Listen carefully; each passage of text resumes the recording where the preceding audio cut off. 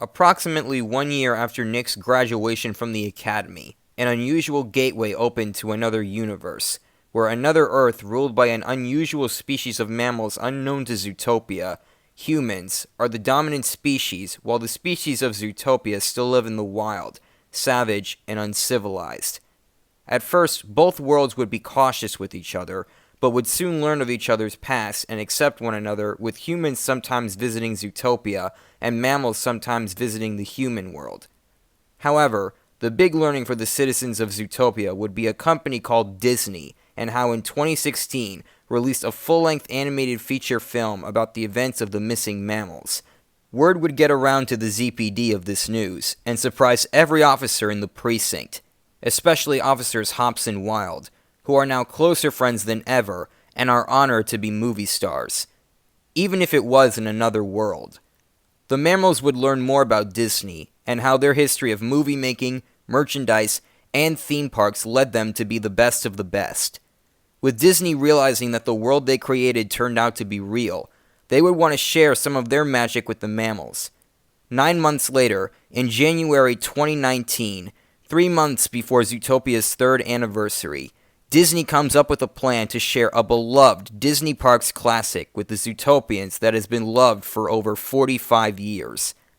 The date is March 1st, 2019, 3 days before the film's anniversary. For the past few months, Disney Park cast members have been installing speaker systems across the city streets to prepare for the surprise. With every mammal in the city curious about the surprise to come, our story begins. Chapter 1. Revelations. As the sun begins to set on the first day of a new month, a police car pulls into the parking lot of the ZPD. The driver and passenger doors open, revealing officers Judy Hopps and Nick Wilde. Shutting the doors behind them and locking the car, the two partners begin walking toward the main doors of the station. Thank goodness work is over for the day. My muscles hurt from being stuck in that car for too long, said the fox as he stopped for a second to stretch his arms and legs. The day hadn't been too productive. They just drove around looking for a possible crime to stop, let alone a jaywalker to get them out of the car and do something. But nothing. The only time they had stepped foot on the street was just to go into Snarlbucks to get some drinks and a few pastries from the counter to hold them over until their everyday after-work meal. While driving around today, they drove past where Disney cast members were still working on setting up the unknown surprise. What do you think the humans are working on for us, Slick? I wouldn't know, Carrots, but I assume we should turn our TVs to ZNN tonight at 8 like those billboards all over the city say to do. While patrolling the city, they kept seeing the same billboard everywhere they went. Tundra Town, the Rainforest District, Sahara Square, even near Little Rodentia. Guess you got a point there. So if you had to guess, what would you place your bets on? The fox rubbed his muzzle, thinking what it could possibly be. Well, it's clearly some sort of public showing or something along those lines, but I don't know what exactly. Guess we'll find out tonight at 8. I'm getting so excited. Think of what things they could share with us, Nick. Nick rolled his eyes with that sly look he almost always has on his face. I can hardly imagine, Officer Hopps. I could see right through your sarcasm, Nick. You and I have been hanging out way too long. The bunny snickered at his joke as they entered through the doors of their place of work. Oh, Nick! Judy! There you are! Would you guys wait for a sec? I need to tell you guys something, called Clawhauser from the front desk. What's up, Claw? Lost another donut in your neck fold? Kidded the fox as he fought the urge to burst out laughing. Oh, ha ha, very funny. That hasn't happened since last Tuesday, thank you very much, the cheetah replied to the now straight-faced fox. Anywho, the chief wants to talk to you two for some unknown reason. Oh, okay. Judy seemed a little worried about this, but quickly covered her nervousness. Thanks, Ben. We can always trust you on giving us a good word. Ben slightly blushed as he replied to the sweet comment. Aw, thanks, Judy. You're always so sweet to everyone you meet. I know this is random of me to say, but any guy would be lucky to have you as their girlfriend. Judy's ears fell so fast and then blushed so hard it was showing through her fur. Nick noticed and quickly helped out his partner and motioned her away from the desk. Okay, we better get to the chief's office before Officer Hopps here blushes herself to death. Thank you, Claw, for the update and for turning my partner's cheeks as red as my fur. As the two walked away from the front desk, Judy ever so slowly looked up toward the tall, slender fox who still had his paw behind her. As Judy's eyes went back to looking forward again, Nick looked down at the rabbit walking next to him. Thanks, Nick. No problem. I don't want my partner to feel embarrassed is all. He winked as they kept walking toward Bogo's office. But secretly, they were both thinking about Clawhauser's comment on boyfriends and girlfriends. He hasn't taken his paw off me. Could this be a sign that he's thinking about it too? Judy thought as she rubbed her left arm with her right paw. She's being awfully quiet. Could she be thinking about it too? He thought as he looked down at his feet walking parallel to hers.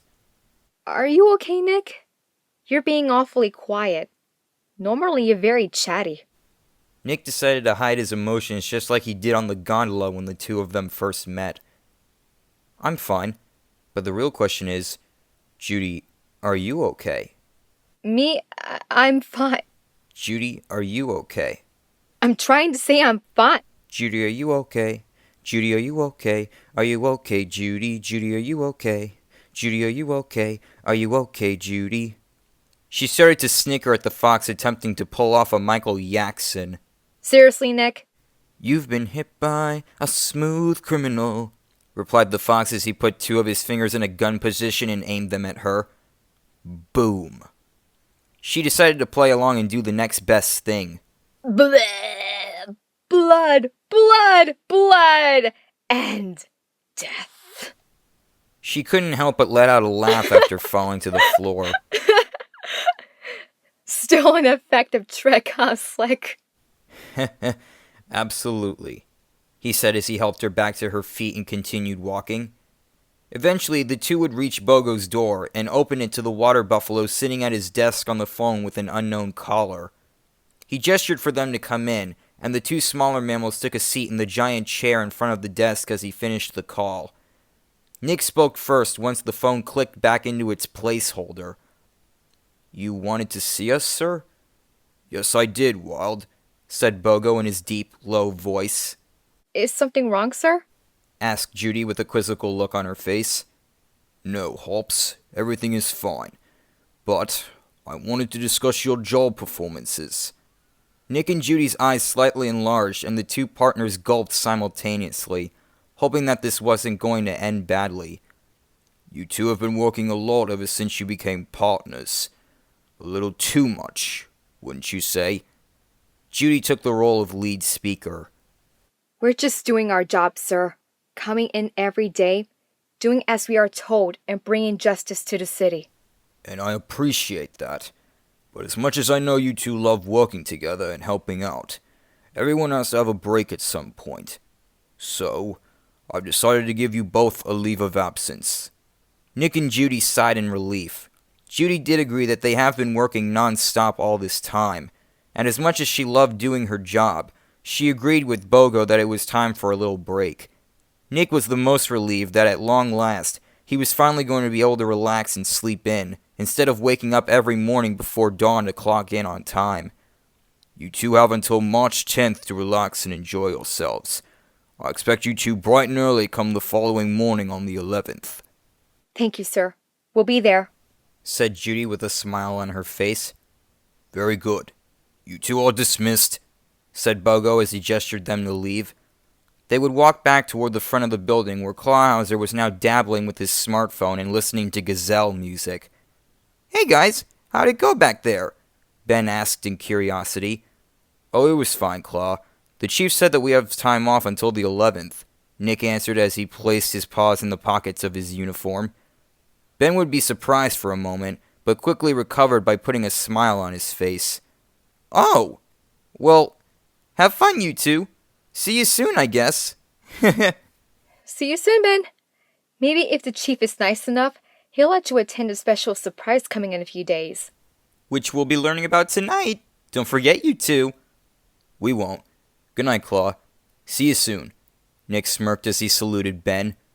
Walking down the front steps, Nick asked if she wanted him to drive her home or if she wanted to take the subway. Well, since we have off tomorrow, perhaps we could go back to your place and I could spend the night. After all, you have a TV in your new apartment anyway. And I really want to find out about this whole Disney surprise thing, so it makes sense to do so, right? Nick just stared at her with a slight gape in his mouth, can't believing that she asked to stay with him for the night.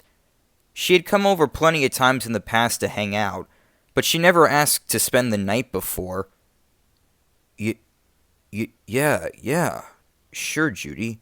I have no problem with that. I understand and agree with you. Judy noticed his stuttering, but decided to act natural and play it cool as he continued speaking. Judy Hopps, it would be an honor to have you stay at Casa de Wilde. He smirked as he held out his arm like how a gentle mammal would escort a lady to a fancy dinner or ball.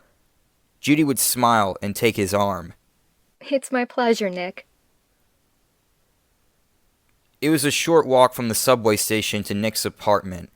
He had moved from a worn-down tiny apartment in the Rainforest District to a decent-sized apartment in the downtown area. It had a small kitchen, a living room with a TV and couch that folds into a bed, a laundry machine, and a bedroom with its own private bathroom and twin-sized bed that he can finally sleep comfortably on.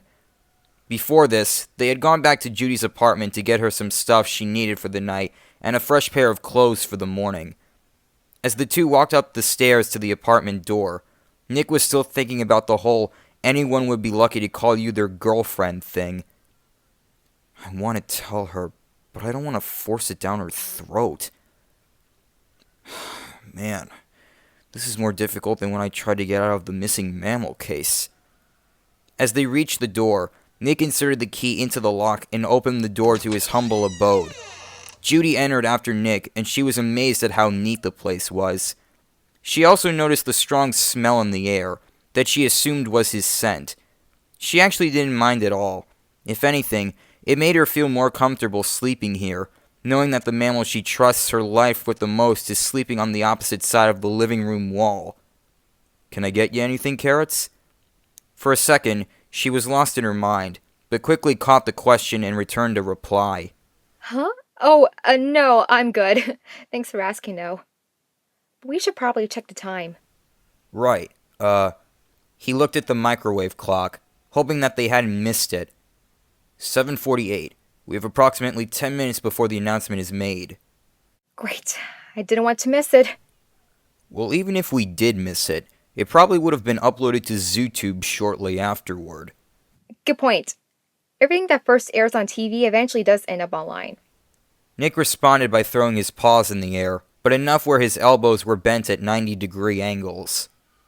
Hey, do you mind if I use your bathroom to change it to my evening clothes? Nick raised an eyebrow at the question.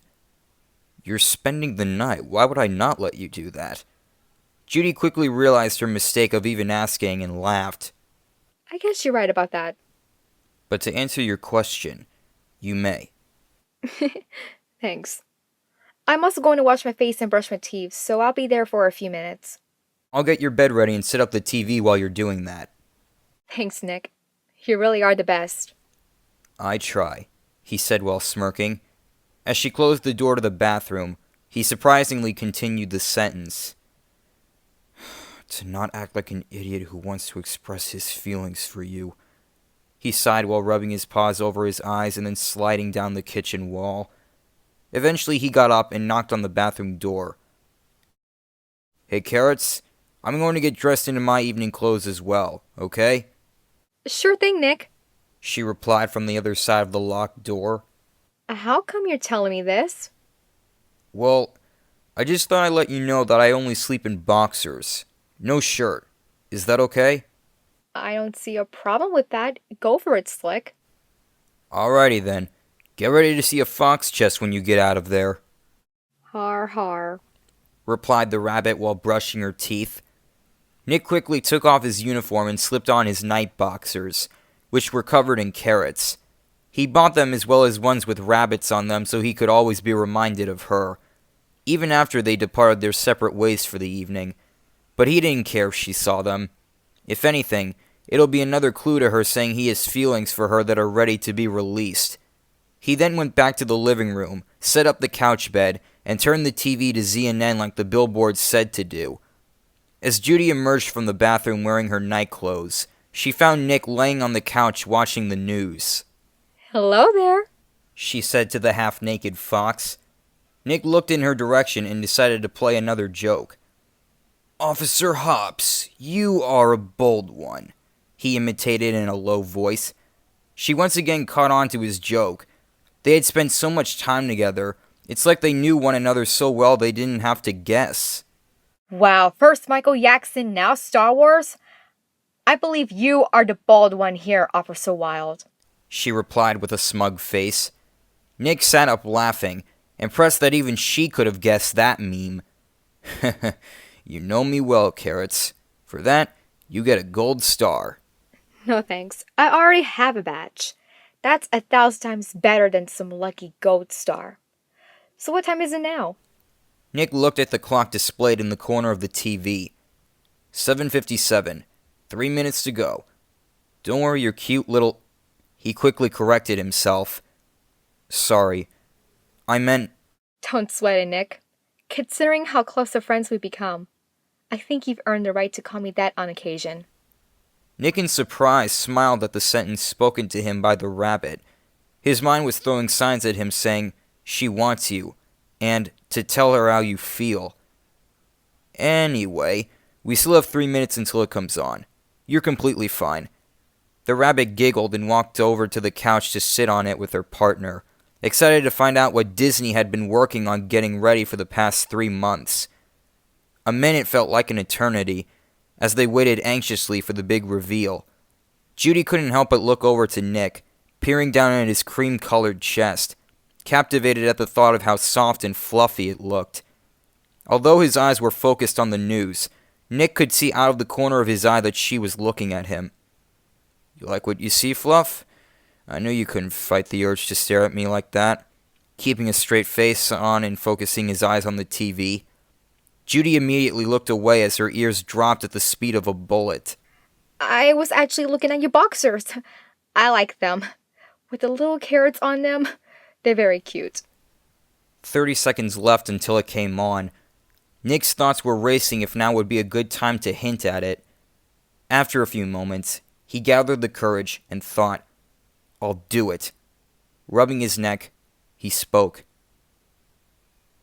I got them because they remind me of you, Judy. Nervously looking away while he blushed under his red fur. Judy felt something different about him. The way he just spoke. It sounded like he was... flirting? At that moment, the current news story finished, and Peter Moosebridge spoke loudly as the clock struck 8. And now we move over to our top story for tonight. The big secret Disney has been silent about for the past few months. We have the reveal commercial that everyone in the city has been dying to find out right here for you to enjoy. Judy got so excited. She rushed over to Nick and hugged his chest, excited that it was finally here. Nick at first would slightly jump, but would relax after a split second and put his arm around her as the screen faded to black. Suddenly, the screen lit up to a human female walking through large doors into a warehouse filled with what looked like old theme park rides. A sign in the corner read Disneyland, suggesting these are extinct attractions from the park in California. The woman walks through the warehouse filled with props and ride vehicles until she finally gets to a clearing, where another human appears to be having trouble fixing something. She reaches down and brings up a green light bulb. It was glowing, despite the fact that it wasn't connected to a circuit. Nick looked down at the rabbit still squeezing his chest, noticing her twitching nose as the woman on the screen reached forward, revealing even more lights that were turned off because of a missing bulb. As she placed the bulb in its place, the others lit up with it. Music began to play as the woman stepped back from the lights, smiling while her face was illuminated by their green glow. The camera cuts to behind the two humans, revealing large parade floats covered in what looked like over 1 million individual lights. as a snail and a turtle wearing glasses started zipping and spinning their way towards the camera. The screen changes, revealing a large text reading, "It's lighting up," with a smaller text underneath reading, "The Main Street Electrical Parade." Finally, the very bottom of the screen read, "March 4th. Nick and Judy stared in awe as the screen changed again to the parade floats exiting the warehouse and heading towards the sunset. The screen fades to black again, and the anchors of ZNN reappear, discussing their thoughts about the commercial. Nick, in shock, twitched his nose as Judy released her grip on his chest and spoke again. That was amazing! An electrical parade? I didn't even know that was possible!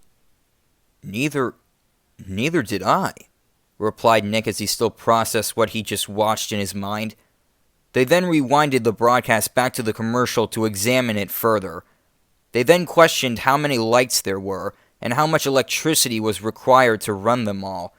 Either way, they were really excited for the showing of this glittering spectacular. They then let the broadcast run normally, as the anchors explained the parade's almost 50-year-long history at the Disney parks, dating back to the summer of 1972 when it first premiered at Disneyland, up until its most recent performance in 2017. After that was over, Judy turned back to Nick and asked in a soft voice, "So what did you mean you got those because they reminded you of me?" Nick's ears shot up as he looked toward the rabbit who was sitting a few inches from him. Well, what I meant was, is it getting hot in here or what?" he asked while panning and fanning himself. Judy reached forward as he was still trying to explain himself and grabbed one of his paws. Nick at that moment stopped and looked down at her tiny paw grabbing his, and then to her face, which had a small smile on it. "I know what you meant, Nick.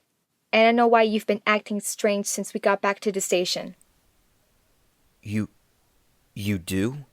he asked nervously. "I know you have feelings for me, Nick," she said in her sweet, soothing voice. Nick's ears fell back and his eyes turned away as a guilty look appeared on his face. I... He gathered himself, sighed, and spoke softly. "I do. I have for some time now. Since I told you about my childhood on the gondola almost 2 years ago now. I just didn't think I should tell you because you're a rabbit and I'm a fox. I'm sorry, Judy. You must feel so scared right now. I just don't want to lose you because..." "I have feelings for you too." His ears perked up again and his eyes widened so much that they almost popped out of his head. He slowly turned his head back toward her as his eyes started to show signs of watering. What? He could sense she understood, just like she did when she told him he was more than just an untrustworthy fox. She started to sniffle as her eyes began to show signs of watering as well. "Since you saved me from being fired, I wanted to be with you, but I kept it a secret because I didn't know if you thought the same. But now..." "We can finally say what we've wanted to say all along," he responded. He sighed again and finally said, "I love you, Judy, and I'm not ashamed to admit it." "I love you too, Nick," she said while crying tears of joy. The two would then engage in a gigantic hug. Judy pressed herself into his chest and breathed through her mouth steadily. Nick shed a tear as he sighed while petting her head and holding her close. She was so soft and warm. It made him feel so at ease. After what felt like hours, Nick finally broke the silence. "Hey, Judy?" "Yeah?" "Maybe you and I could go see the parade together?" Judy broke away from the hug and looked up into his emerald green eyes that were still watery. "Are you asking me out on a date?" Nick wiped his eyes and took in air through his nose. "Yes, I am. Just for one night. Let's see how it goes. And maybe afterward, We can officially call ourselves BF and GF? Judy looked down, thinking about it. Will you be my carrot cake for the evening, Judy? She smiled and then looked back up into his mesmerizing eyes while rubbing his muzzle. Nicholas Wilde, I will. It will be an honor to go out on a date with you. The two smiled and went back to hugging. March 4th couldn't get here soon enough. Chapter 2. Premiere Night. 3 days of waiting surprisingly went by fast. It was Monday morning, and everyone in the city was getting ready for the parade later that night. Nick and Judy were walking toward the corner store near City Central to get themselves something to eat. As they arrived, they saw dozens of mammals gathered around multiple lampposts in the surrounding area. Curious as to what they were looking at, the fox and rabbit would make their way up to one of the crowded lampposts to reveal a large blue, red, and yellow banner. In the center, just below the light, it had a giant black circle with 4 words made out of dots, reading the name of the parade. Taller mammals had their smartphones out and were taking selfies with the banner. Nick asked if someone could take a photo of them next to it. A giraffe lifted both mammals up so that they were level with the banner, while a polar bear took their picture with Nick's iPhone. Nick and Judy made multiple poses with the banner to gain more popularity than just a simple selfie like everyone else was doing. As the giraffe put them down and Nick was given back his phone, Nick thanked the mammals by tossing them dimes from his wallet. He then proceeded to post them to Potter. When the app opened, he saw dozens of other posts from animals posting their selfies, and by using the hashtag Main Street Electrical Parade, which he decided to add into his post as well. Things are starting to get a little crazy around here, wouldn't you say, Carrots? I don't know if I call it crazy. They're just getting excited. In my book, excited means the same thing as crazy. Alrighty then. They then walked away and went back to walking toward the corner store. So I'm guessing if this parade has been around for almost 50 years... Nick knew exactly what she was going to say and completed her question with an answer. It must be a fan favorite. How did you know I was going to say that? She asked. He knelt down so his face was level with hers. Easy, because I know you so well, just like how you know me. She touched her nose to his and grinned. You're right there, Slick. He smiled, showing his teeth, and closed his eyes before standing up again and taking her by the paw. The two couldn't wait for the sun to set, their date to start, and for the fun to begin. Nick turned the knob to his shower off and shook off any excess water still dripping down his fur. Like a dog that just came back inside from being out in the rain. He grabbed a towel to cover his waist and stepped out of the shower with water still dripping from his ears and snout. A water droplet on the top of his nose began to drip down it, causing his nose to twitch and eventually making him sneeze. Rubbing his nose to prevent another, he dried off using the apartment's body dryer to get all the water off. It was faster than just using a normal fur dryer, which would have taken twice the amount of time needed for the body dryer. He neatly put on his normal green Hawaiian print shirt and khakis, combed his fur, and went back to the living room to wait for Judy to arrive. They both went back to their apartments to freshen up before it was time to head to the parade route and find their viewing spots. While waiting, Nick opened his window and looked down at the street below to find mammals already making their way to the event. Worried, he pulled out his phone to look at the time. It was 7:30. Oh, come on, Judy. If you don't get here soon, all the best spots will be gone. He was about to call her when a knock suddenly came at the door, causing him to jump and almost dropping his phone in the process.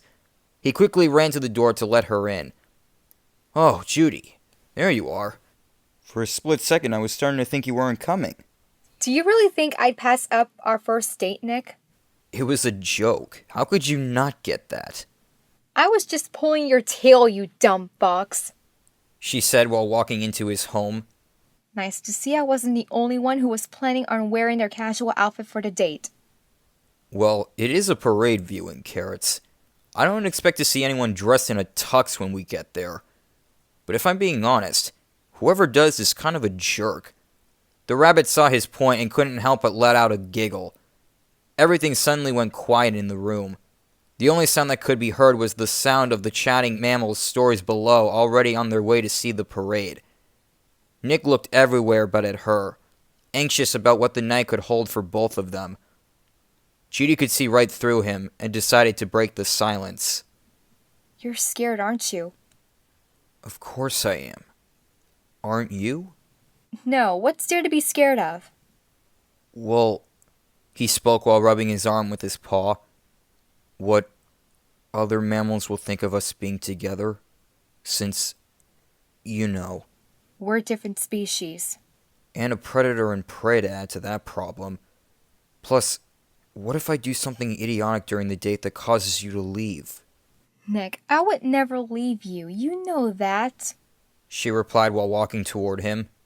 Look, I understand how you feel. I'm a little nervous too. But I'm telling you that you have nothing to worry about. Besides, I don't care about what anyone thinks about us being together. And you shouldn't either. Whatever happened to the never let them see that they get to you, Nick? Ever since you came into my life, he's been getting more and more shy as each day passes, Nick said, smiling while looking at the floor. But I'm sort of glad that he's slowly fading away. Now I can express my emotions fully instead of having to hide them. I kind of like that too. But no matter what happens... She hugged him just like she did when they confessed their love for one another. You'll always be my fox. Nick returned the hug and wrapped his tail around her legs. And you'll always be my little bunny, he replied, feeling happy and warm inside. Well then, shall we let the magic begin and make our way to the parade, Miss Hopps? She pulled away, agreeing to start making their way to see the original Disneyland classic. Nick would bow down, kissing her paw, and then extending his arm out to escort his date to the Main Street Electrical Parade. After about 20 minutes of walking, Nick and Judy would finally make it to the main entrance of the event. There was a short line to get in, as the cast member working the entrance was giving out foldable maps of the parade route, as well as these special necklaces which had LED lights installed in each one, and a black laminated circle on the end with the parade's logo in the center, as well as some other words. As the Fox and Rabbit made their way to the cast member, he welcomed them with a huge smile, saying that it was an honor to have them here. He would hand them each a map and a necklace, telling them to have a magical time. Nick and Judy would thank him and proceed through the entrance. Once inside, the lovers would see that plenty of spots had already been taken in this area, but could see some room a little ways up the street. Looks like the taller animals are in the back and us little guys are in the front for a perfect view of the parade, Nick shouted over the chatting animals around them. That's good. Shall we make our way up there and see which spot suits us the best? Sure.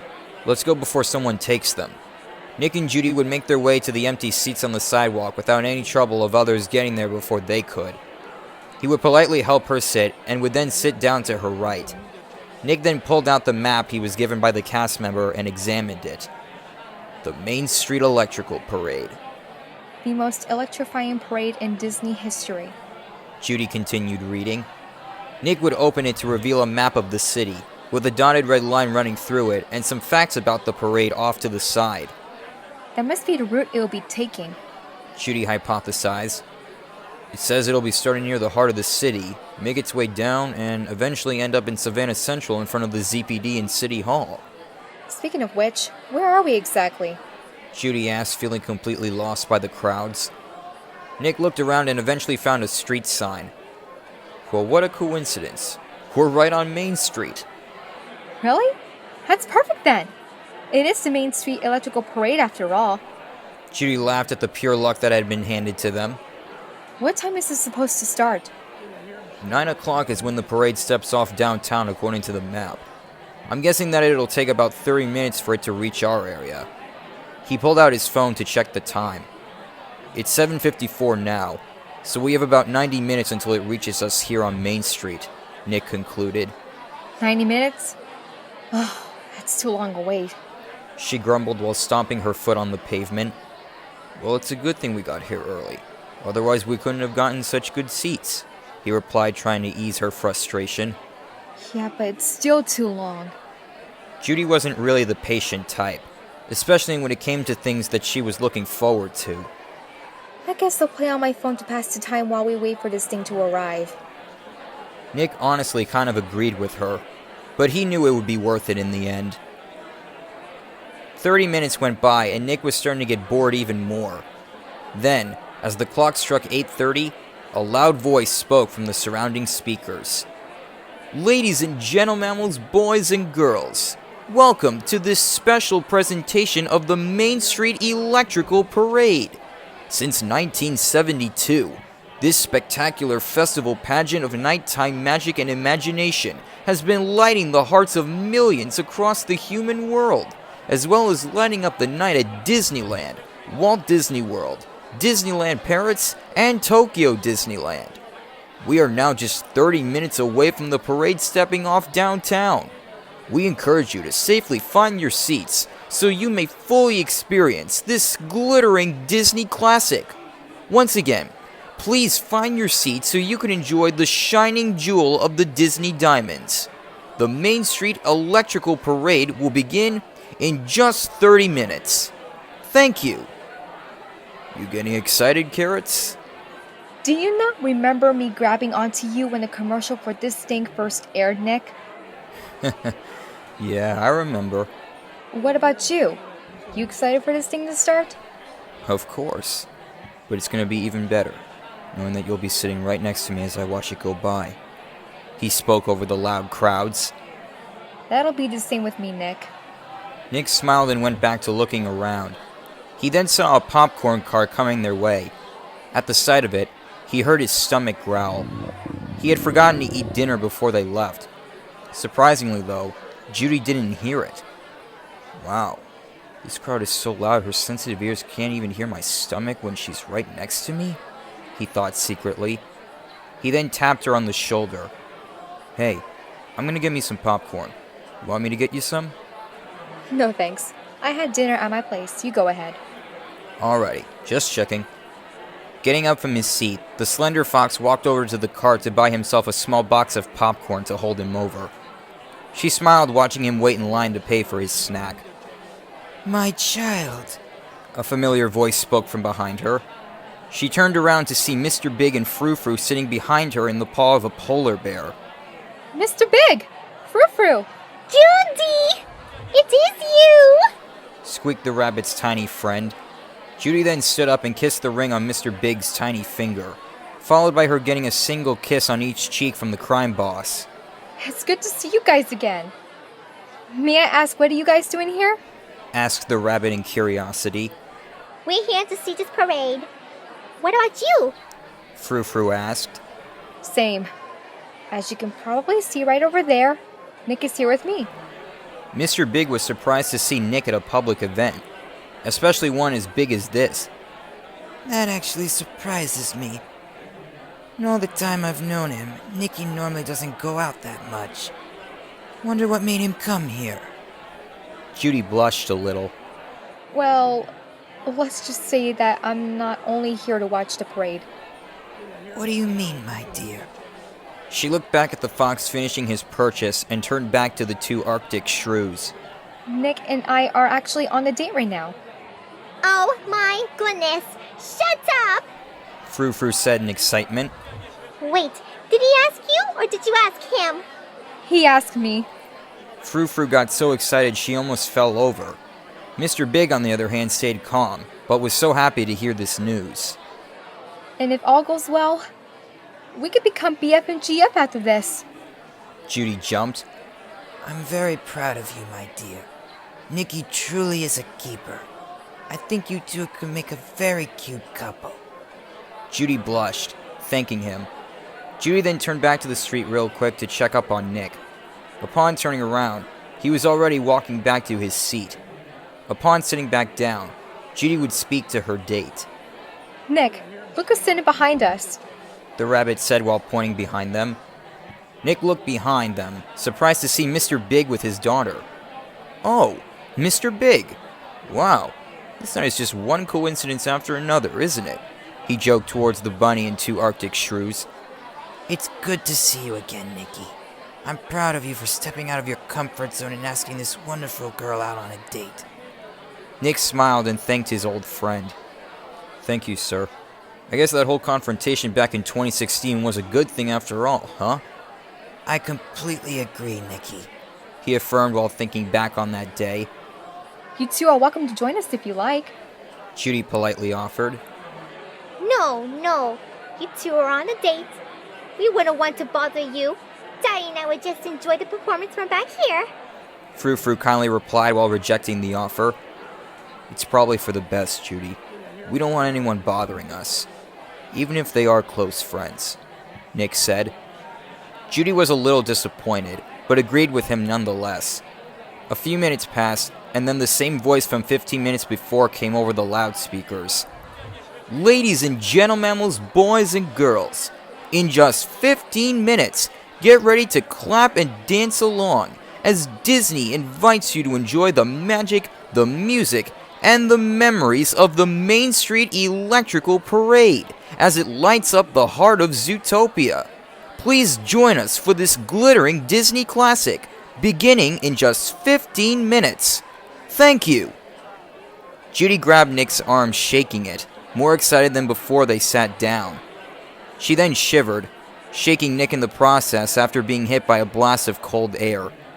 Nick felt it too, but his fur was better at keeping him warm than Judy's was. He then brought his tail around to her and offered it to keep her warm. Judy would kindly accept the offer and wrapped it around her. Thank you. I feel much warmer now. I didn't see any cold temperatures on the Weather Channel before we left, so I thought it was okay to wear summer clothes. "Well, it is March, Carrots. The weather is kind of unpredictable during this time of year," he explained to his partner, who was still basking in the warmth of his freshly washed tail.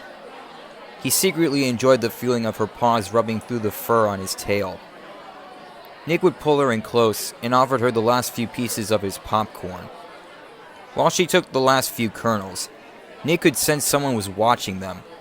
He slowly looked to his right and saw a female horse looking at them with disgust and confusion in her face. "Can I help you, ma'am?" he asked while trying not to be rude. The horse just slowly turned away and looked to the right of the parade route. Nick would turn back to Judy, who was looking at him with a smiling face. "Sorry about that, Judy," It's okay. I like a guy who defends his date. the rabbit said while complimenting his action. He smiled and rubbed his cheek against her head. "Anything for you."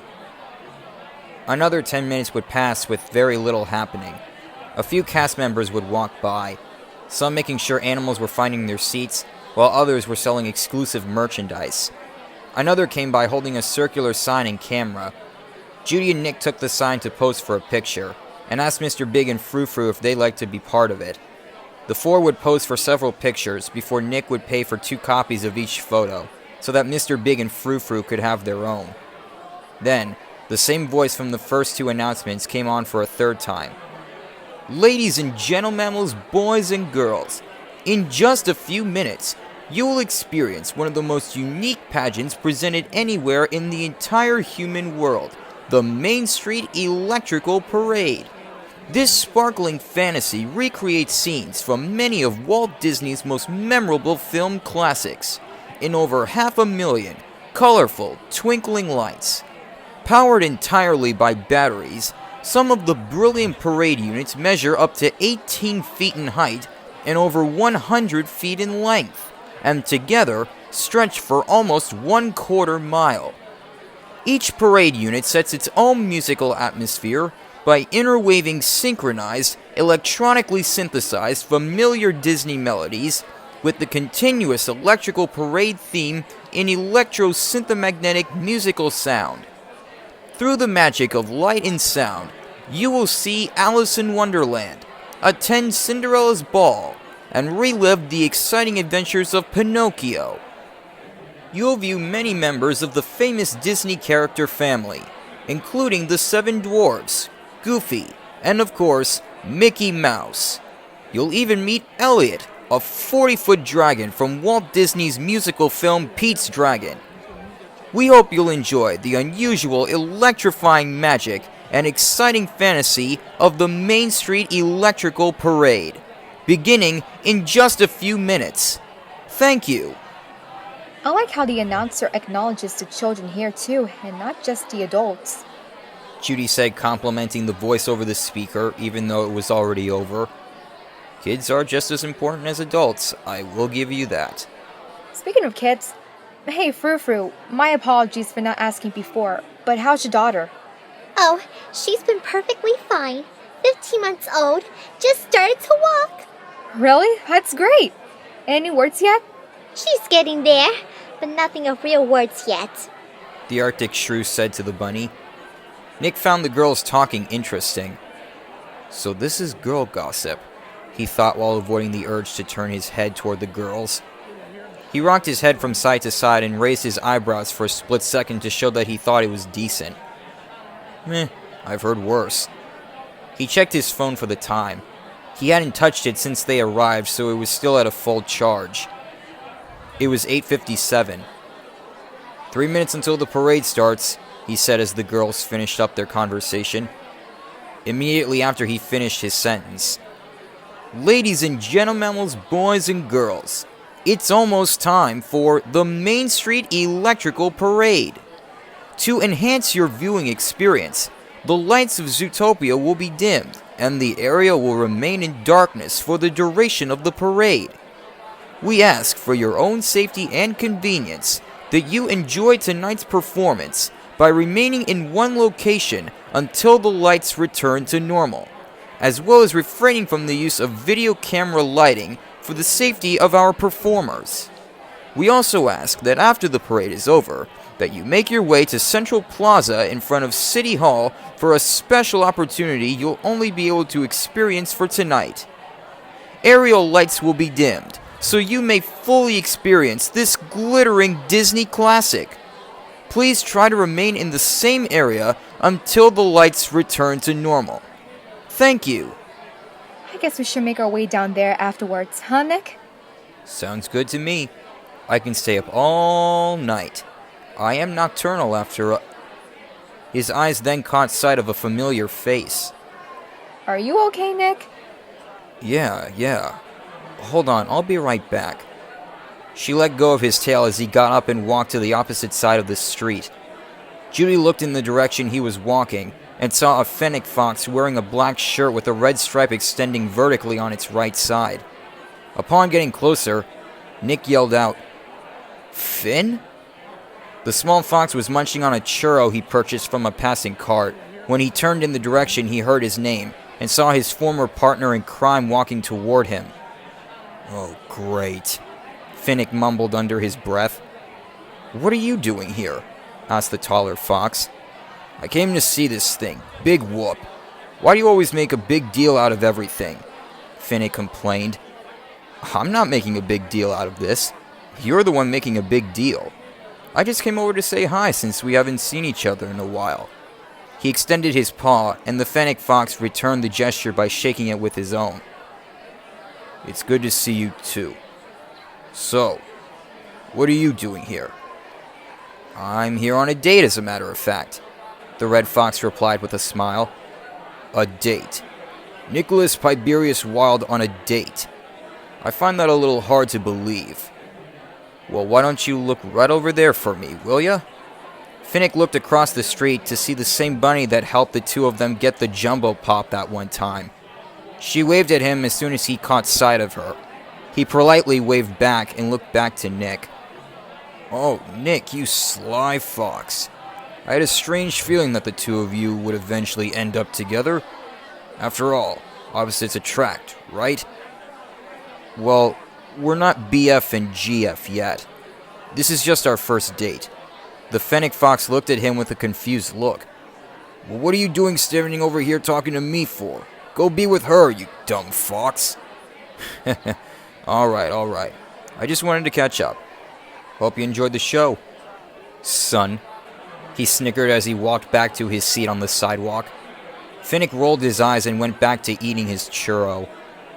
I'm surprised to see Finnick here. How come he decided to show up? He didn't really say, but I'm guessing he's trying to meet a girl. He's always tried that, but it never works. Poor guy, Nick said, taking his seat again.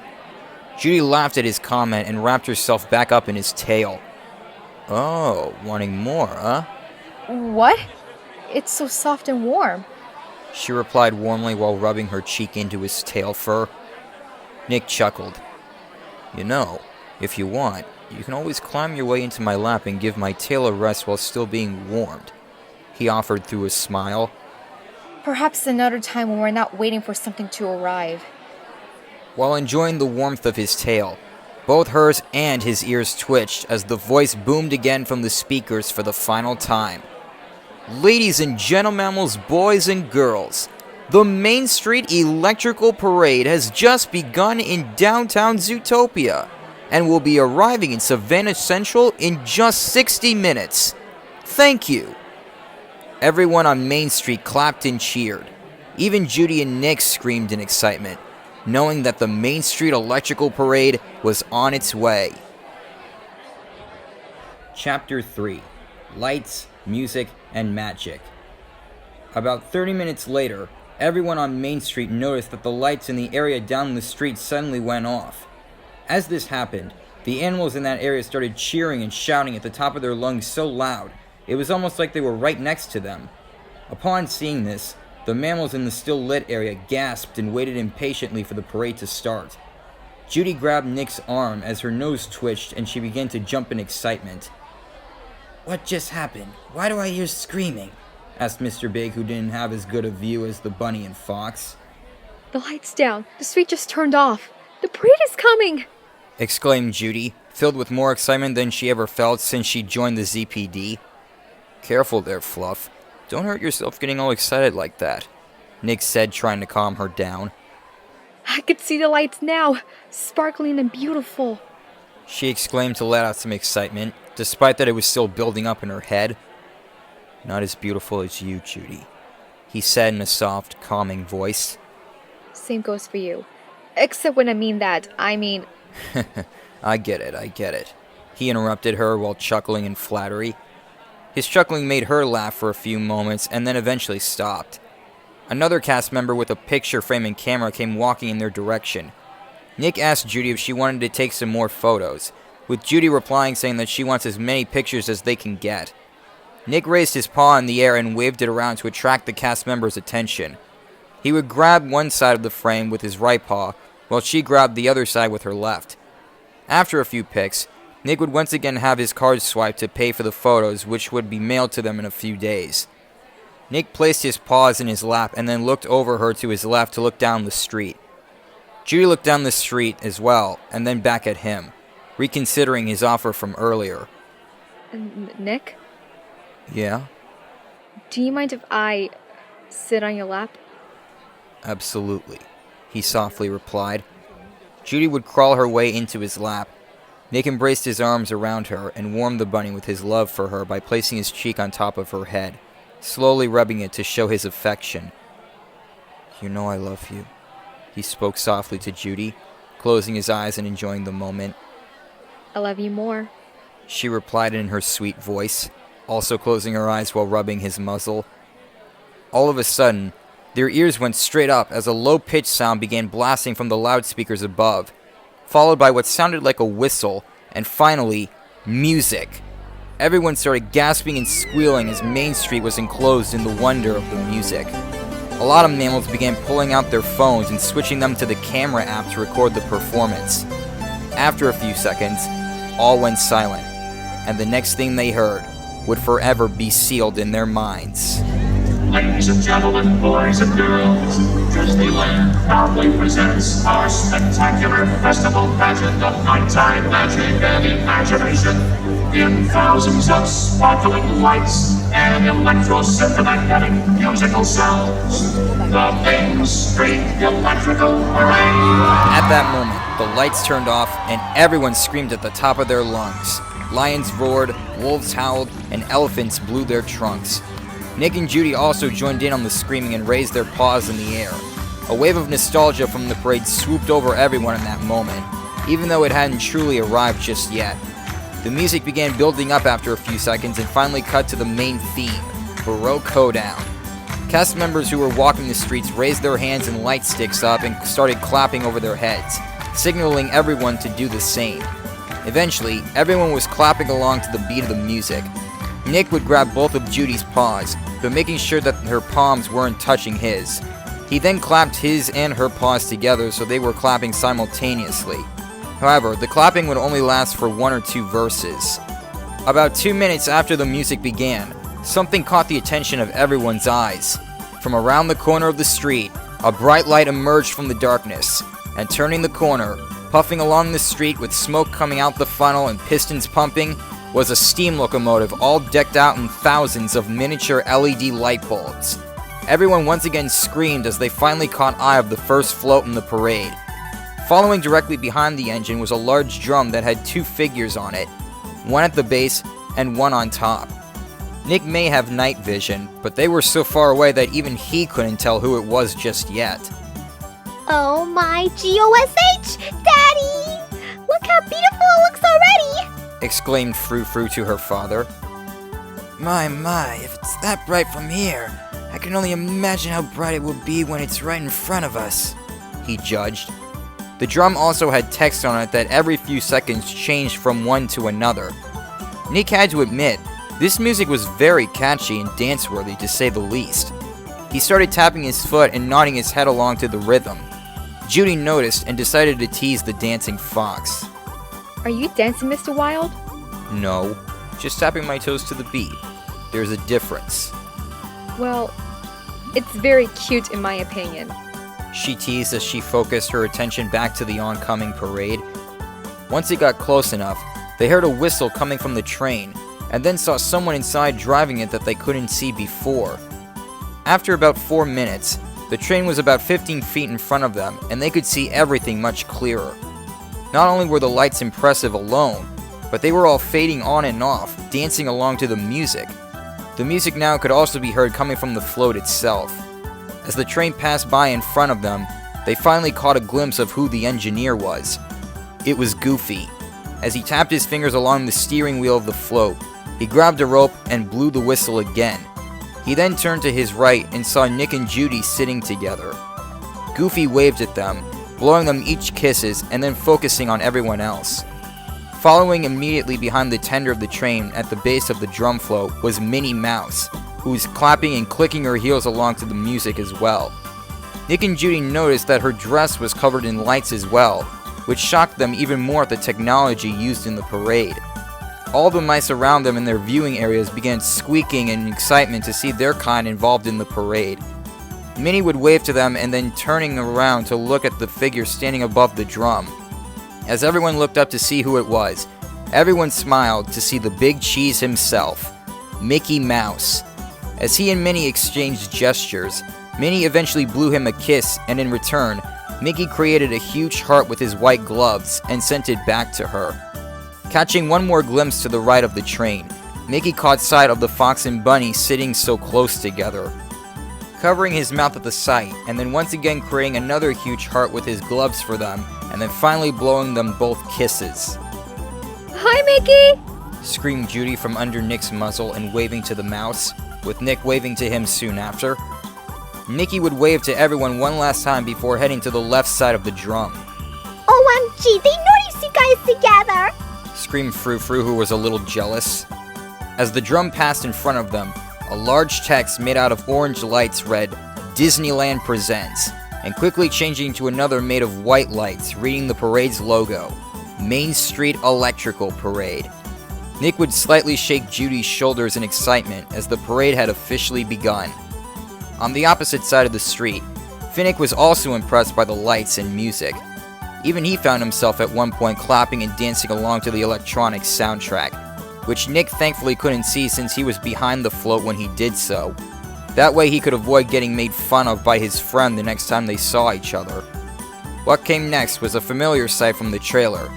It was the turtle with the glasses. It slowly made its way up the street behind the drum. At one point, before it was directly in front of them, it stopped and then started spinning around so many times no one could keep count how many 360s it made.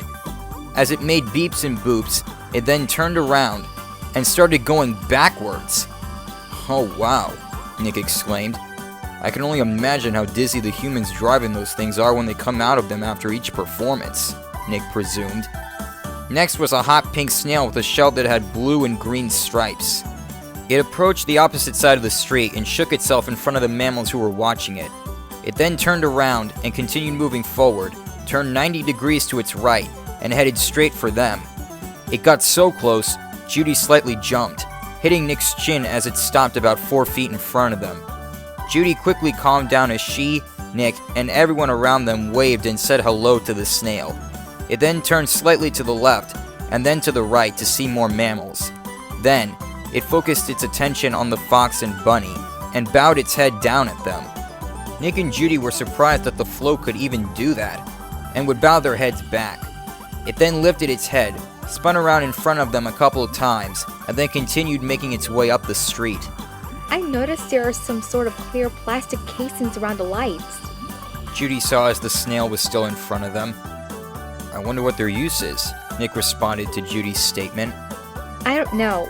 Perhaps to focus the light emanating from each of the bulbs.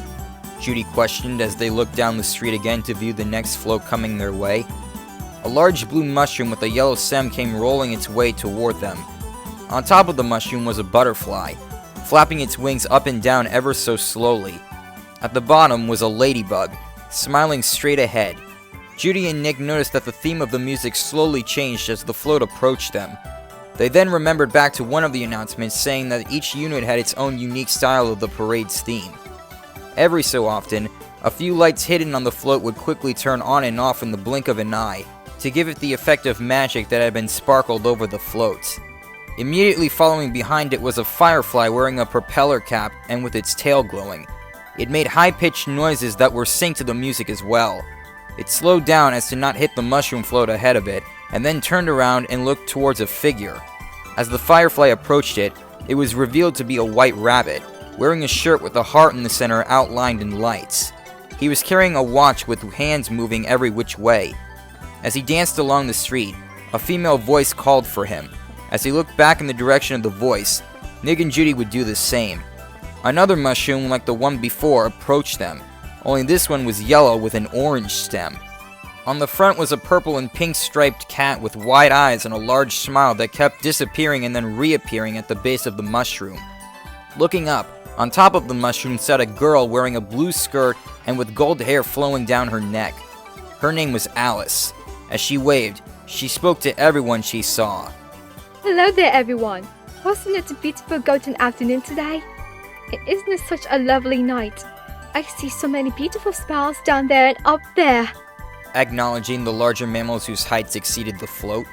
Even mammals in their apartments located along the route watched from their windows as the thousands of sparkling lights passed by their homes. I'm sure the Cheshire Cat will be very jealous of such enormous smiles. You know, I've often seen a cat without a smile. Oh, but I've never seen a smile without a cat. Oh, I do hope you won't be disappearing as quickly as the Cheshire Cat. Her voice echoed over the speakers. She waved and said hello to everyone seated to her left, and then turned and waved to everyone on her right. Oh my goodness, Mr. Rabbit! It appears that Officers Hopps and Wilde have joined us here tonight. She said, waving to them. Perhaps you'd like to join us with the Mad Hatter for a tea party afterwards. Alice asked the white rabbit who was already past the fox and his date. She then made a salute toward them and then curtsied. As the mushroom was in front of the two lovers, Alice looked next to them to view the horse who had previously stared at Nick and Judy. Oh my!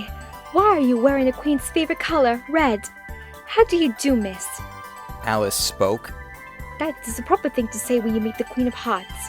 In fact, it would be wise of you to practice. On the count of 3, turn to your neighbor and say, "How do you do?" She held up her left hand with her index finger already in the air. 1, 2, 3. She continued, adding a finger after each number. Nick and Judy decided to play along and look back at Mr. Big and Frou Frou. Coincidentally, they had also turned toward their friends, and as Alice spoke, they also spoke to one another. How do you do?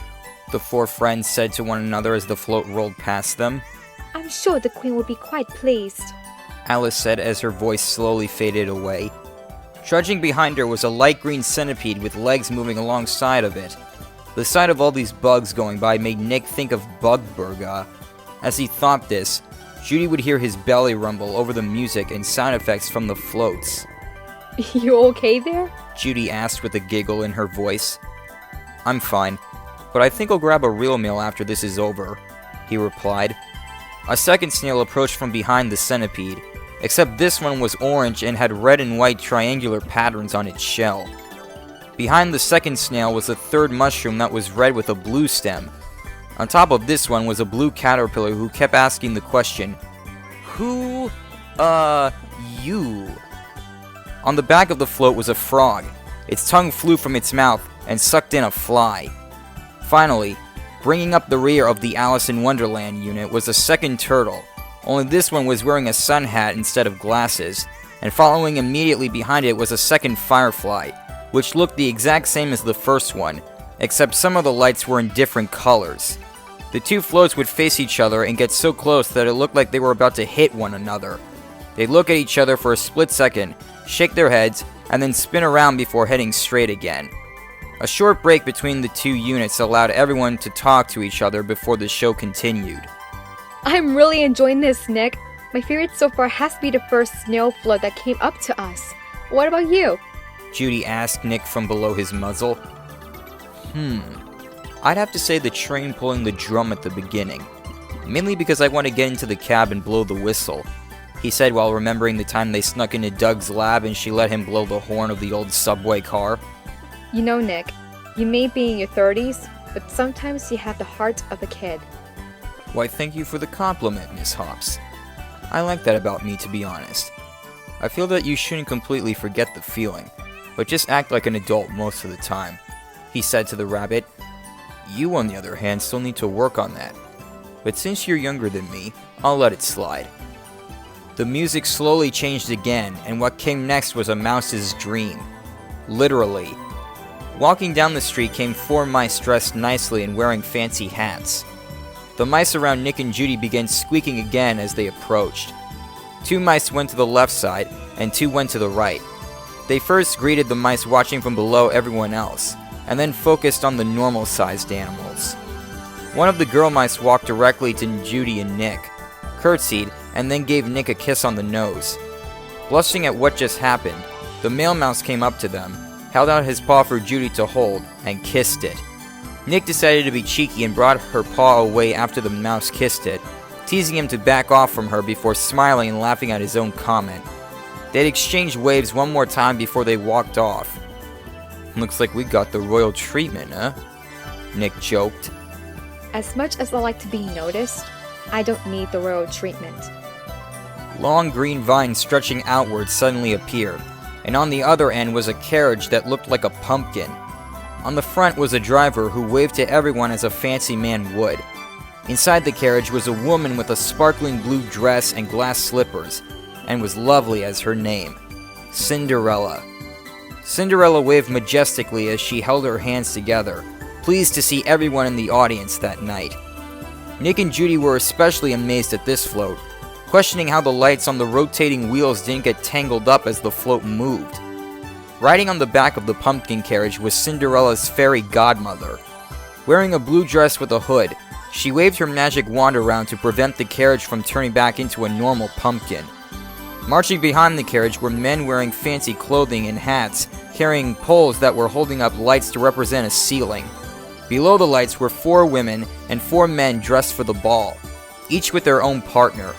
As they waltzed down the street, they turned to the audience with the males bowing and the women curtsying, with a fan each of them were holding. Judy would curtsy and Nick would bow back to the court dancers as they went back to their partners and continued dancing down the street. Hey Carrots, maybe when we go home, maybe you and I could have a dance? I thought you were much of a dancer. Remember the Gazelle concert from about a year ago? I had to urge on you, Slick. Judy joked as he remembered the concert. Well, I didn't really feel like dancing that much then. Plus, I kind of have 2 left feet, the fox said while wiggling his toes for emphasis.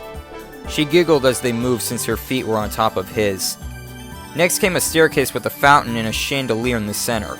At the front was Prince Charming, waving to the audience with his right hand and holding one of Cinderella's glass slippers on a pillow in his left. At the rear of the staircase were Cinderella's 2 ugly stepsisters, Anastasia and Drizella. The two sisters would argue and shove one another over whose foot could fit the glass slipper and become the prince's bride.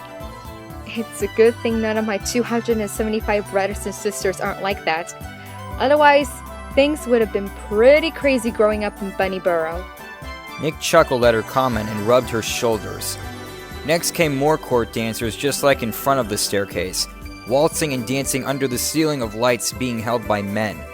As the end of the dancers passed, a tall clock tower with hands striking midnight and fountains moving up and down on all sides rang as it passed by. My, is it that late already? Judy snickered as she looked up at the fox. He ignored her joke and just kept staring at the float, thinking how tall it could possibly be.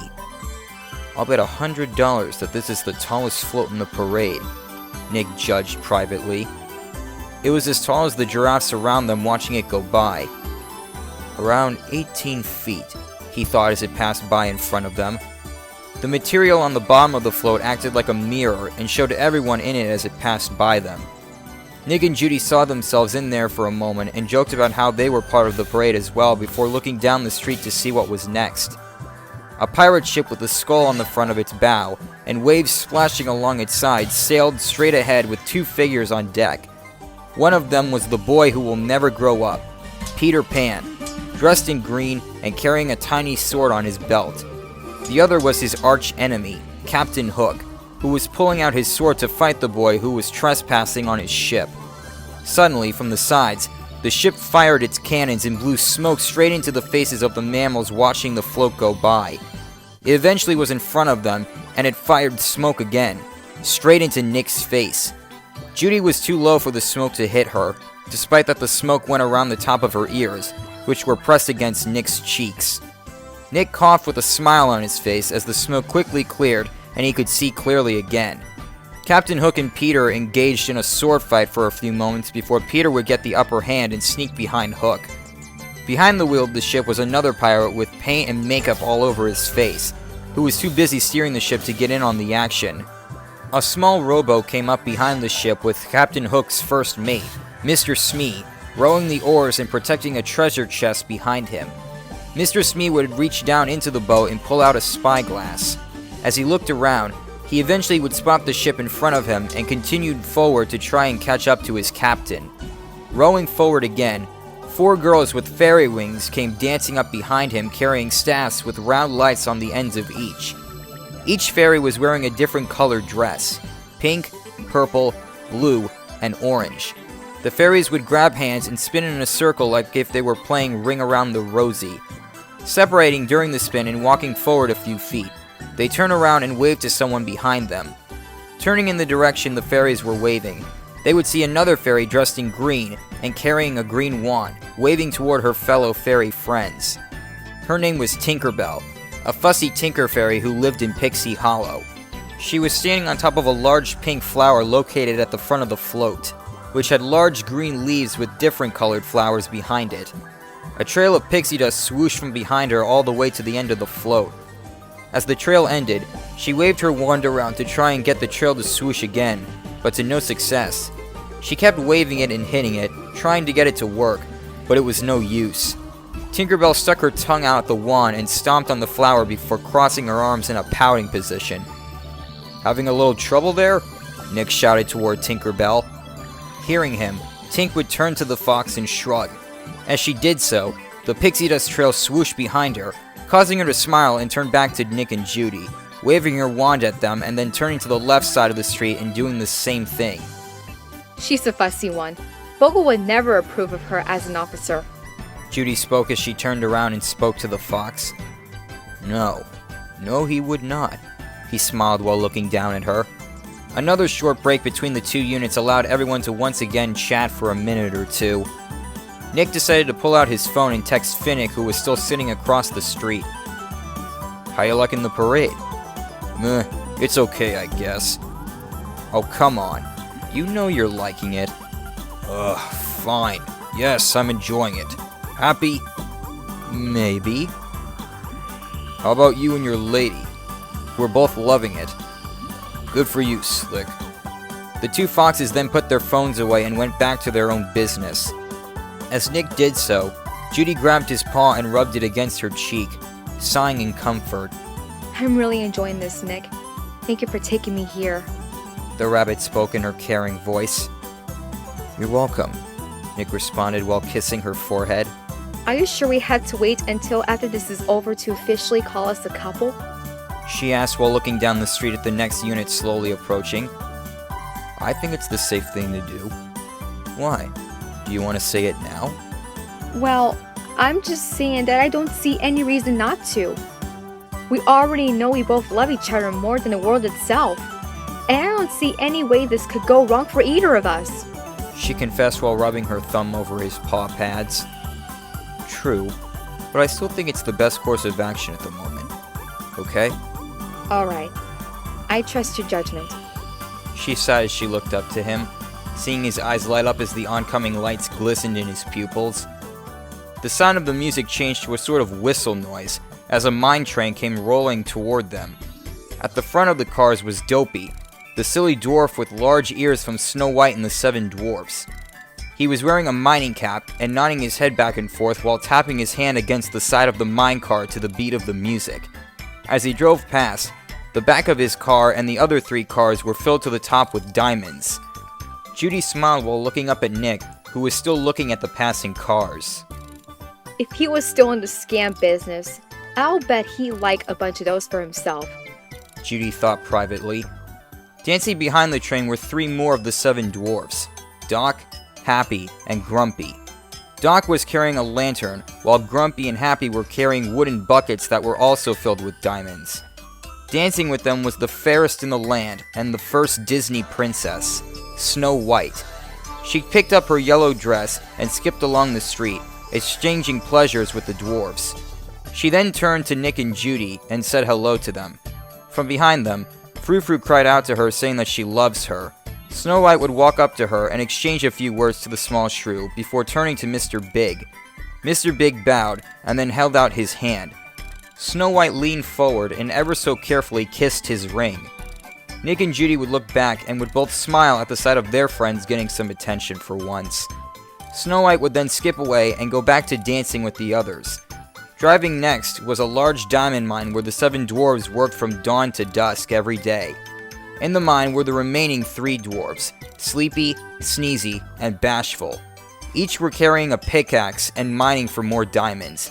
At one point, they'd stop and hold their hands to their mouths and pretended to say, "Hi-ho," as the music gave off the effect that they were shouting it. "Hi-ho, Carrots," Hi-ho, Nicholas. the 2 animals spoke to each other. Next was a bunch of boys wearing strange clothing, almost like what clowns wear, and everyone noticed their large ears and tails. "Well, that's not out of the ordinary at all," Nick teased as the boys kept dancing behind the diamond mine.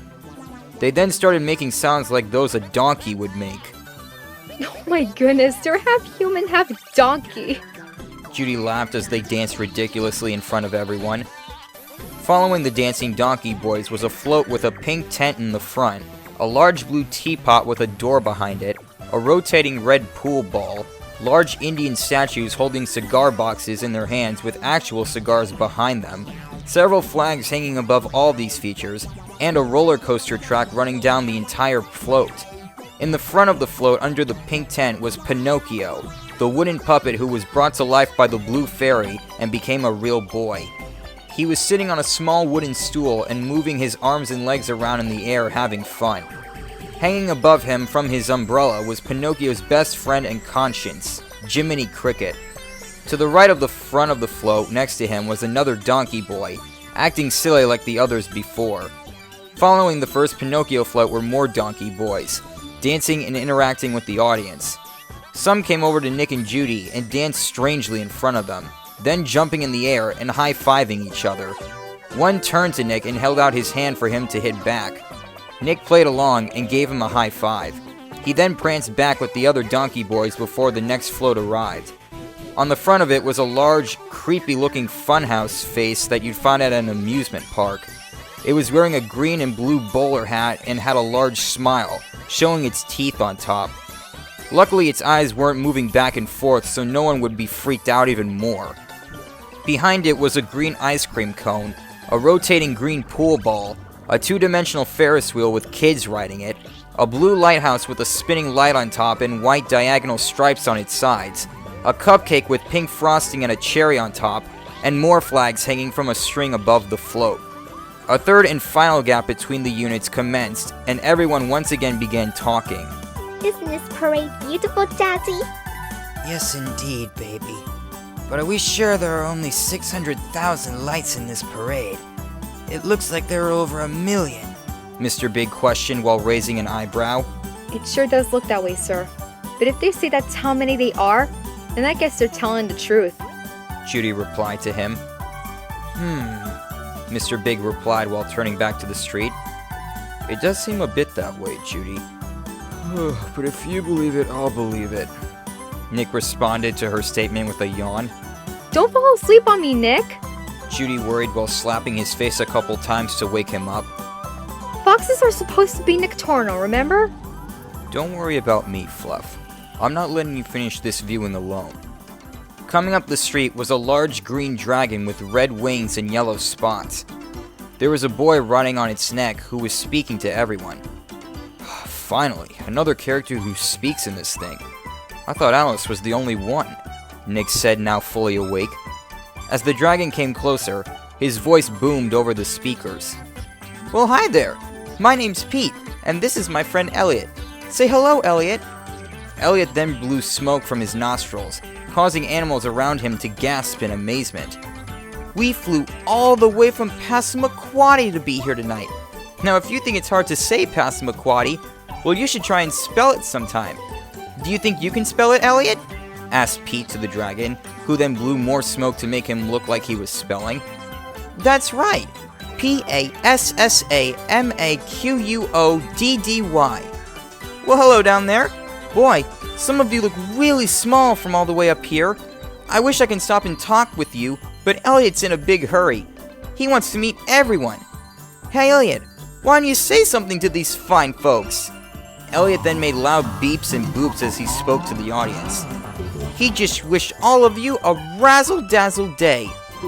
Elliot then continued talking for a few moments before Pete took over again.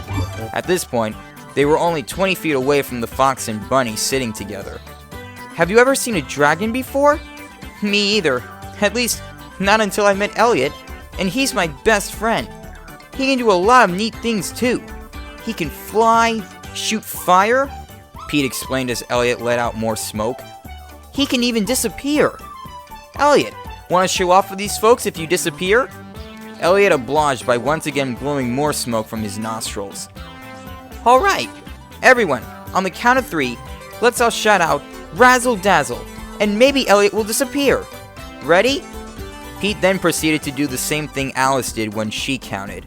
1, 2, 3. Razzle Dazzle! Everyone said at that moment. Suddenly, the lights on Elliot turned off and he completely disappeared. Everyone, even Nick, would clap and cheer at the trick Elliot just performed. After a few seconds, the lights came back on and Elliot blew smoke as if he was part of a magic act. Ta-da! Wasn't that great? Look, I think you made him blush, Pete said after a moment of silence. He then turned and saw Nick and Judy sitting below. Oh, hello Nick. Hello Judy. It's a pleasure to see you here tonight, Pete said while waving at them. Being polite to the boy, they would wave back to Pete. Hey Elliot, why don't you say something to our friends down there? Elliot said hello again as he passed by. He just wished all of you a razzle-dazzle day. Speaking one last time, Elliot made beeps and boops as he moved away. Well, it looks like Elliot wants to say hello to some more mammals. It was nice meeting you though. Bye! Pete spoke as he waved goodbye to everyone. I like that dragon, Nick confessed as Elliot rolled further down the street. Me too, Slick. Me too. At long last, the final float of the parade came toward them. The longest float of the parade as well. The To Honor America finale flag float, which read across a large banner on the front of the float. Flowing down the entire float was a large American flag with red and white stripes smack dead in the center, with numerous fireworks, stars, and drums across every side of the 118-foot float. Next to it on either side were 5 girls, each wearing a red coat and blue hat. As they walked alongside of it, they were saluting America as the theme changed to patriotic music for the United States. "I think we should salute them, Judy," Nick said as he leaned down to her face. Judy agreed, and the two off-duty officers saluted as the float slowly approached. The Patriot girls kicked high and moved their arms in numerous ways to salute their flag. As each girl passed by them, they'd smile, wave, and then salute them back. 30 seconds later, the end of the float came toward them, and at the end was the symbol of America, the bald eagle. It stood tall on top of a large drum with its wings stretched across the entire street and looking over all that had come before it. Holding its wings near the ground were two more Patriot girls, who moved them back and forth to represent the eagle flapping its wings. Two more Patriot girls followed behind the eagle's tail feathers holding a rope, symbolizing the end of the parade. Nick, Judy, Mr. Big, Frou Frou, and Finnick from across the street stood up and clapped and cheered as the last of the lights passed by and continued moving down the street towards City Center. Following immediately behind the rope were several ZPD officers, one of them turning out to be Ben. Nick and Judy turned back to Mr. Big and Frou Frou and said their final goodbyes for the night before departing their separate ways. The Fox and Bunny would run toward the front of the crowd to catch up to Ben. "Claw!" Nick called out from behind the cheetah. Ben turned around, surprised to see his colleagues there. "Nick! Judy! You're here! Did you guys just watch the parade?" Ben asked as he walked backwards. We sure did, and we both loved it. What are you doing here? Judy asked him. The next day after it was revealed that the parade was going to be performing here, some man by the name of John Adis came to the ZPD and asked if a few officers would like to work on the parade, and Bogo appointed me to be one of them. He said it would be good for me to get out and exercise, and as long as there isn't running involved, I'll take it.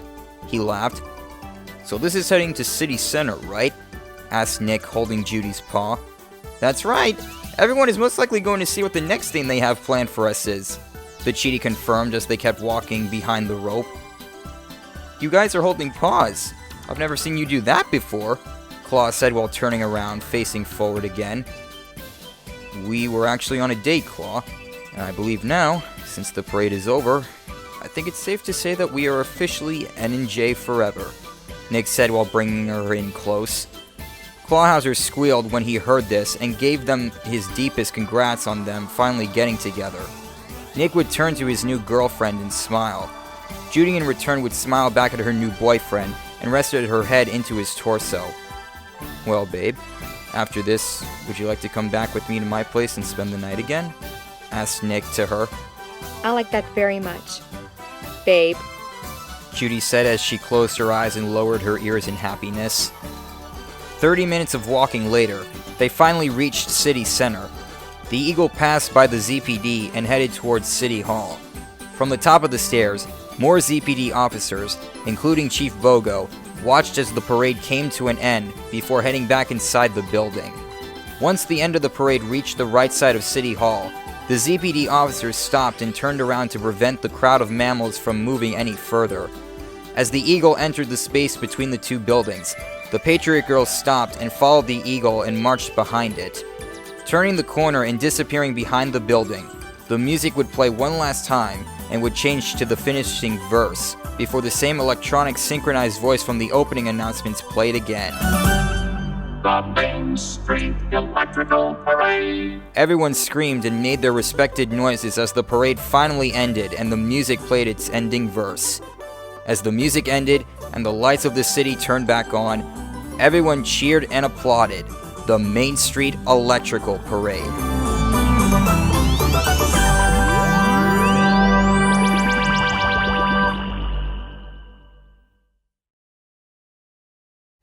Chapter 4, The After Party.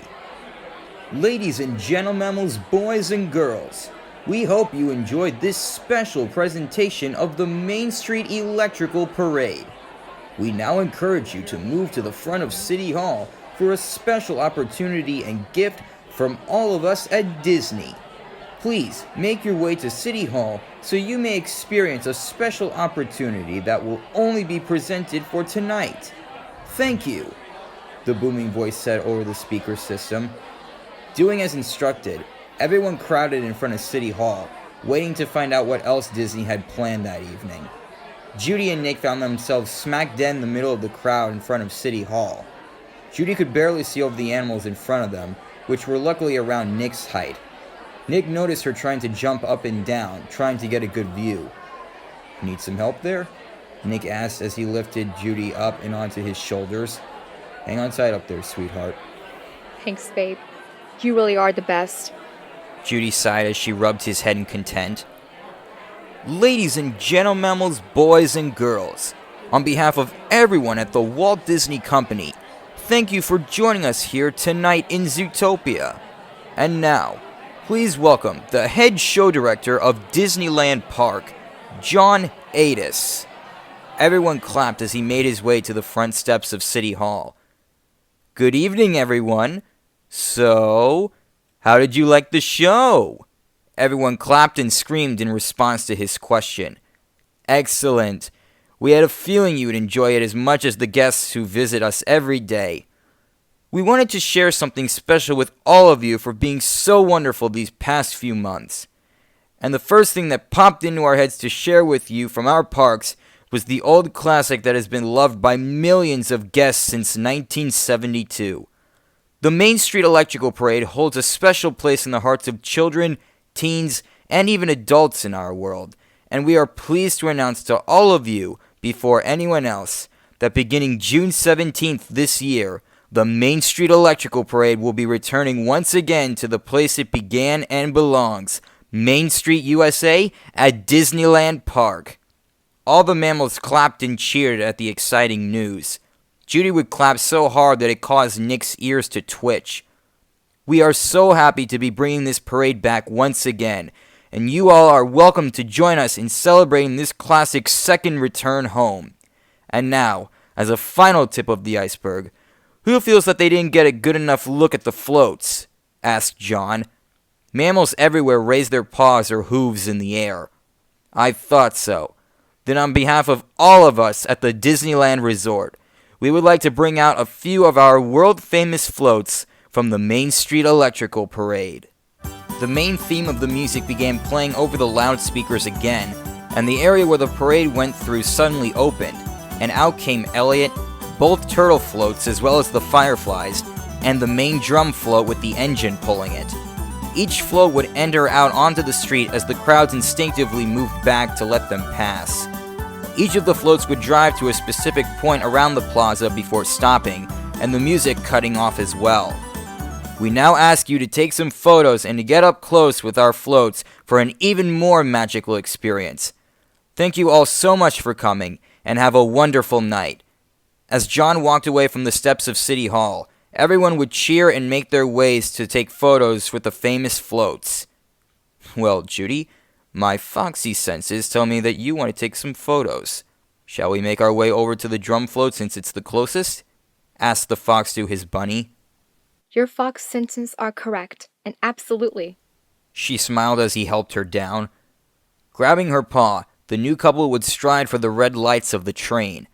Upon arriving, the two would see a decent-sized line waiting to get their pictures taken, along with a few cast members setting up the camera and lights for the photos to be taken, as well as plugging in cables to the float so the batteries powering the lights wouldn't run out of juice. They'd get to the back of the line, which moved quickly once the camera was set up properly. As the two were next in line to have their photos taken, Judy thought of an idea. I'll wait until they take a few photos. Ask to take a few more and then pull on fast one. She thought while looking up at Nick, who had his arm behind her back and looking straight at the drum, fascinated by the lights he would soon be up close in person with. The cast member operating the camera called them over and they would walk up to the drum, with the text changing from the logo to Disneyland Presents. Taking a few moments to themselves, Nick and Judy would stare at the lights in awe as they danced across the float. Nick twitched his nose as it was so close to one of the lights. He was so close, he could feel the heat being given off from the bulb. Judy also stared at one of the lights, slightly touching it with her paw and feeling the magic that had been building in it for nearly 50 years. They turned around back to the camera and stood on each side of the float as the words changed over and over again, and then hugging each other for a different look. Nick would start to slowly walk toward the cameraman to pay for the photos when she would call out. Wait, just one more picture, please? The camera operator agreed with her request, and Nick walked back to his girlfriend. Maybe I could pull another hustle. Haven't done one of those in a while, he thought while slightly leaning up toward the top of the float where Mickey rode during the performance. As the cameraman counted to 3, their bodies tensed, and upon the final number being reached, the two quickly turned toward one another, puckered their lips, and kissed each other. Their eyes opened so wide at each other that they didn't even notice the camera flash. The lovers quickly recovered from the sudden shock and closed their eyes as they continued their long-awaited first kiss. The cast members smiled at them and knew that this was the photo they wanted. Snapping a few photos, Nick and Judy's lips slowly separated and their eyes opened to see each pair illuminated by the glow of the lights. A few mammals waiting in line looked at them with shock on their faces, but others were clapping at the kiss between the rabbit and the fox. As they did so, the animals with looks of disgust began to argue and quarrel with the animals in support of them. Nick and Judy heard the commotion and began to worry. Maybe we should leave before a fight breaks out, Nick suggested as he escorted her away from the float. Upon passing the cameraman, Nick paid for the photos and gave him a tip. Sorry for the trouble, pal. He apologized as the other cast members interfered and tried to break up the argument. No problem. We're all about making memories that last forever. And what you two just did is one of them. He smiled as Nick smiled back and walked away. While walking toward the next float, Judy suddenly hugged him in mid-walk, almost making him trip. I love you, she said with a quiet tone. Nick hugged her in return, wrapped his tail around her again, and spoke softly to his girlfriend. I love you too. Pulling her away from his body, they would continue walking down the street to the next float on display for pictures. They took photos with both turtle floats and both fireflies. Each of the interactive floats were about 2 feet taller than Nick, and almost twice the height of Judy with her ears fully upright. After taking a few more photos with Elliot, Nick asked her if she wanted to see any of the merchandise that was being sold around the area. Judy agreed with him and walked into a large tent for animals 6 feet and smaller in height. Inside, there were t-shirts, pins, animated headbands, necklaces, and more being sold. Nick picked up one of the headbands and tried it on. Judy laughed at how silly he looked wearing the plastic ears around his own furry ones. Too ridiculous? He asked her with a smug look on his face. Kind of. But you actually look adorable wearing it. An adorable fox, huh? That's a new one, he joked. After grabbing a few other items for them to purchase, Judy would see large plastic boxes on a shelf. Hey babe, can you see what those are up there? She tugged at his sleeve and pointing at the boxes. Alright, here, hold this a sec, Nick replied as he handed the headband to her so his paws were free. Reaching up and bringing down one of the tan-colored plastic boxes, it read a large text of letters reading Silvestri. Inside were different colored Christmas tree lights with little plastic coatings around them. Oh, these are the lights just like the ones on the float, Judy exclaimed, pointing to the bulbs. Says here that those plastic coatings are called reflectors. The fox spoke as he read the information about them on the back of the box. Says here they're $6.50 each. Should we get ourselves a few boxes? Judy asked with innocent eyes. Perhaps. But where would we put them if not on a Christmas tree? We could maybe hang them up around your living room. That way, whenever I come by at night and we're both standing underneath them, we can always look back on tonight as our first memory as a couple. She spoke as she blushed slightly under her fur. All right, then. Walking to the register to scan the items they had chosen, the female cashier placed them into a large bag, which Nick kindly took for Judy. Well, my sly bunny, shall we retire for the night back at my place? Nick asked. Mr. Wilde, as much as I would love to stick around a little more, I feel that it would be the best for us to go back and recharge our batteries. Pun 100% intended. She smirked. Well, after you, beautiful. He gestured with his arm. Walking through the door and placing the bag down in the kitchen, Judy would collapse on the couch feeling exhausted. They had called the Zuber to take them back, since walking would have taken nearly an hour. Nick yawned and looked at the microwave clock. Good Lord, it's almost midnight, Nick spoke, still yawning. Need me to help you make your bed again? If not, I'm heading for my bed. Actually, Nick, do you mind if I sleep with you tonight? Judy asked with her eyes half open. Yeah. You have my full permission, Carrots. Walking into the bedroom behind him, Judy's nose twitched as Nick's scent was even stronger in his bedroom than his living room. But Judy quickly got used to it since she had been incredibly close to him the entire night. Taking off his shirt and pants, Nick tossed his clothes onto the chair in the corner of the room and then slowly climbed into the bed wearing his boxers, which tonight were covered in little pink rabbits. He grabbed his tail, which was hanging off the side of the bed, and tucked it under the covers with him. Judy walked to the other side of the bed, took off her clothes except for her bra and underwear, climbed up, and got under the covers with him. Well, babe, I really enjoyed spending this night with you. Thank you for this magical night. Nick thanked the small bunny who was on the opposite side of the bed. And thank you for such an unforgettable experience. She thanked back. You're welcome. He turned off the light on his nightstand and slipped into his sleeping position. Good night, sweetheart. Good night, babe. The two spoke as the room went dark. A few minutes passed as they just laid in the bed in silence, trying to fall asleep after such an exciting evening. Nick? I'm feeling a little cold. Do you think we could maybe snuggle a little? I was actually thinking the same thing. Perhaps it could help us fall asleep faster. Nick confessed as he rolled over and looked at her. The two lovebirds would make their way to the center of the bed and position themselves in a cuddle position.